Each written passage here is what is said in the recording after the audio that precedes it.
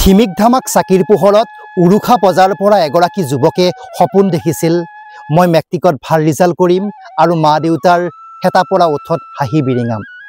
কিন্তু দুবেলা দুমুঠিৰ বাবে হাহাকাৰ কৰি ফুৰা ঘৰখনত সেই যুৱকজনে মেট্ৰিকত ভাল ফলাফল কৰিব নোৱাৰিলে, লাভ কৰিলে মাত্ৰ 3rd ডিভিজন। হয়, 3rd ডিভিজন লাভ কৰা সেই যুৱকজনক বহু মানুহে ঠাট্টা কৰিলে, বহু মানুহে ক'লে একোৱেই নাই ইয়াৰ, 3rd ডিভিজনে লাভ কৰিলে, কাম নাই ইয়াৰ, জীৱনত আৰু একো কৰিব নোৱাৰে, এই ধৰণৰ মন্তব্য শুনিলে।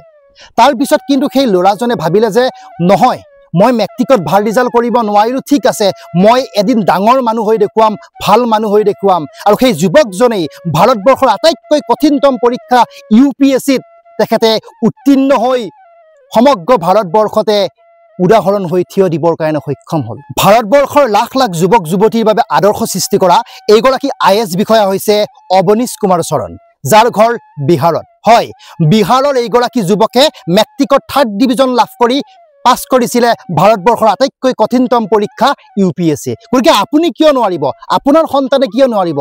যদিহে আত্মবিশ্বাস থাকে, অধ্যৱসায় থাকে, আপোনাৰ ল'ৰা সন্তানেও 3rd ডিভিজনত পাছ কৰিলে এজন ভাল মানুহ হ'ব পাৰিব, এটা ভাল চাকৰি, এটা ভাল জীৱন কটাবৰ কাৰণে কোনেও তেখেতক ৰখাব নোৱাৰে। গতিকে আপোনালোকক মই অনুৰোধ জনাইছোঁ, নিজৰ সন্তানটিয়ে 3rd ডিভিজনত পাছ কৰিলে বোলে কেতিয়াও উপলুঙা নকৰিব। সমাজখনলৈ মোৰ আহ্বান জনাইছোঁ, 3rd ডিভিজনত পাছ কৰিলে বোলে এজন ল'ৰা বা ছোৱালী কেতিয়াও অলগদ্ধ হৈ নাযায়।